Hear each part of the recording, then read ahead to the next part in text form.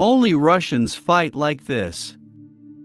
So, what feats of the Red Army shocked the German soldiers? With examples of heroism unprecedented for the Nazis, and the dedication of the soldiers and officers of the Red Army, inexplicable by the occupiers, the aggressors began to collide literally from the first days of the Great Patriotic War. The only Soviet tank against a German division. Memories of this unique tank battle, which took place on June 24, 1941, near the Lithuanian town of Rėzėnai, were left by the commander of the Wehrmacht's tank group, Erhard Raus. The Soviet KV-1 tank held back the advance of an entire tank division for 2 days. The tank took the only advantageous position on the road to the city. Columns of enemy heavy equipment and trucks, trying to bypass the KV-1, got stuck in the swamp. The Germans managed to knock out the track of a Soviet tank, but the KV continued to fire, not moving, and his crew was not going to give up. According to Ralph, the German tank guns could not penetrate the armor of the Soviet KV. This colossus first destroyed over a dozen trucks on their way from Rėzėnai to the tank division, fighting a single Soviet tank. Then the tank fired at the German artillery battery, smashed the anti-aircraft gun along with its crew. And only on the second day of the battle, the KV was able to shoot with anti-aircraft fire. Ralph noted that this one Soviet tank caused more damage to the Wehrmacht tank division than a whole Soviet division. The Germans, as Erhard Raus wrote, were deeply shocked by the heroism of the Soviet tankers and buried them with military honors. Defense of the Brest Fortress. For a long time, the Nazis could not understand what the point was for Soviet soldiers to continue to fight in the Brest Fortress already occupied by the Wehrmacht. Its commandant, General Walter von Unruh, wrote in his diary, "What do they want? After all, they cannot get out of the encirclement." Only by August 1941, more than a month after the capture of this citadel by the Germans, the Nazis were able to destroy the last firing points of the defenders of the Brest Fortress. The last battle on the territory of the fortress was recorded on July 23, as a result of which 6 German soldiers and officers were injured.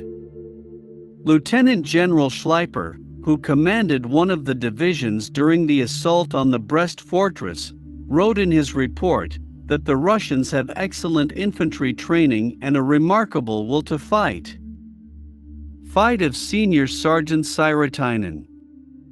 The feat committed on July 17, 1941 in the area of the village of Sokolnichi is confirmed by documentary evidence from several eyewitnesses at once, both from the Nazis and local residents of Sokolnichi, where this artillery battle took place.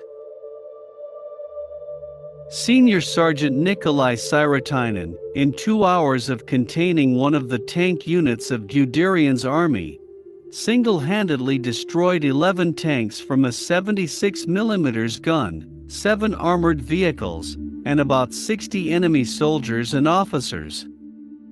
Syrotinen was left to cover the retreat of the artillery battery, which was retreating under the onslaught of units of Guderian's tank army. The German reconnaissance did not establish the presence of Soviet units on the offensive path, so the enemy equipment moved openly. Syrotinen, with the fire of his cannon, knocked out on the bridge over the river the head and trailing vehicles of the column of enemy vehicles of 59 tanks and armored vehicles. And he began to methodically knock out the rest.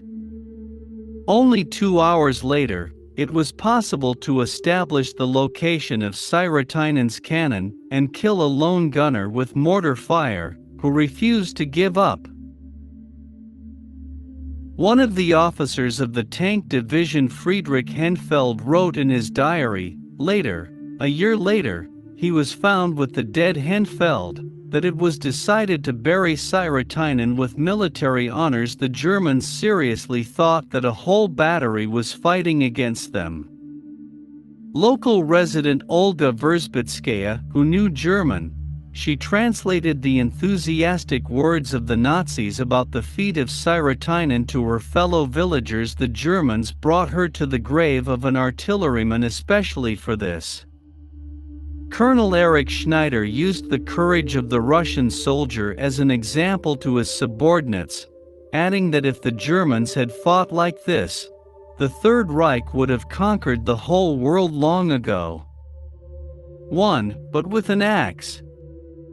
This chilling story, confirmed by award documents, the scans of which are now published on the websites of the memorial, and the people's exploit, took place in early November 1941. Ezdevoy Dmitry Ovcharenko, delivering ammunition and food to his machine gun company, was surrounded by more than 50 Nazis. Among them there were 3 officers. One of the officers knocked the rifle off Ovcharenko's and began to interrogate the driver. Then the soldier grabbed the axe lying in the cart and cut off the Nazi's head in one fell swoop. Then Ovcharenko threw 3 grenades into the German congregation. Then he chased another officer, wounded by grenade shrapnel, caught up with him in the village garden, and also chopped off the fascist's head. The rest of the Germans, together with the 3rd surviving officer, fled in horror, leaving their weapons behind. In total, the sled killed over 20 Nazis. Ovcharenko collected documents and captured weapons, took all this to the location of his regiment. The soldier awarded the title of Hero of the Soviet Union died in 1945. The story of the sled was used in the Russian multi-part feature film Axe, 2018, where Andrei Smolyakov played the main role. These are just a few examples of the heroism of the Red Army soldiers in the Great Patriotic War. In fact, their famous and unknown exploits shocked the Nazis. There were many hundreds. Even at the very beginning of the war, judging by the surviving diaries and letters of soldiers and officers of the Wehrmacht, many of them, watching the Russians fight, they wrote that they did not hope to return alive.